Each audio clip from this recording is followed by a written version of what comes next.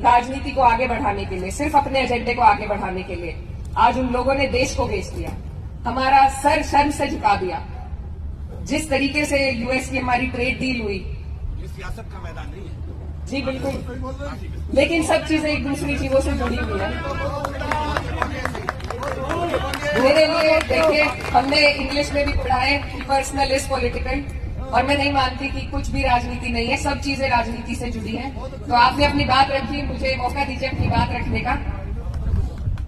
मेरे हिसाब से हर चीज, आप जो पी रहे हैं, आप जिस हवा में सांस ले रहे हैं, आप जो खा रहे हैं, आपको जो इजाजतें मिल रही हैं या नहीं मिल रही हैं, हर एक चीज राजनीति से जुड़ी है। और अगर कोई ये समझता है कि राजनीति से हटकर हम इस देश में सर उठाकर जी सकते हैं, तो मैं माफी चाहूंगी, वो बिल्कुल लोगों को भी गुमराह करने की कोशिश कर रहे हैं और हम सबको भी।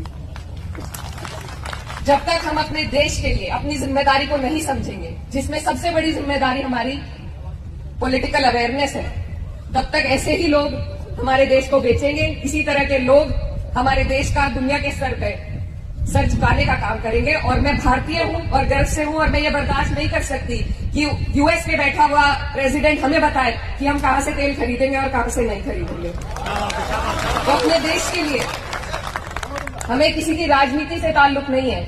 मैं अपनी राजनीति के लिए यहाँ नहीं आई हूँ, मैं अपने देश के लिए आई हूँ। और मेरे बीच में जो लोग यहाँ मौजूद हैं, वो भी सब अपने मुल्क के लिए, अपनी तरक्की के लिए यहाँ पर आए हैं।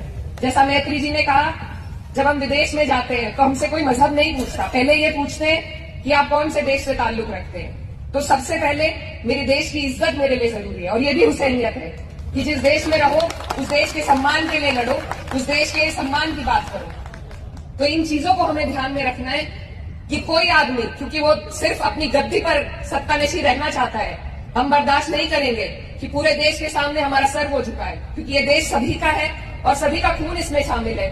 और ये जो डर के जीने का एक जज्बा या एक डर लोग पैदा कर रहे हैं कि ये मत बोलिए, वो मत बोलिए, ये सारे अधिकार आपको संविधान से मिले हैं। आप सवाल भी पूछिए, आप अपनी बात भी रखिए, ये आपका अधिकार है, क्योंकि हम सब बराबर के हिस्सेदार हैं।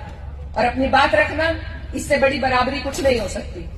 तो ज्यादा मैं इस महफिल को राजनीति के तौर पे नहीं रखना चाहती, लेकिन ये बातें बेहद जरूरी हैं हर मजहब के लिए, हमारे देश के लिए, और नाइंसाफी से लड़ने के लिए। जिस सरजमी से आपका ताल्लुक है, वहां जब मोहम्मद दीपक जैसे लोग हैं, तो मुझे उम्मीद है कि इंसानियत जिंदा है। अब अगर कुछ हमें करना है तो हुसैनियत को जिंदा करने का काम करना है, जो इन महफिलों के जरिए हो पाएगा।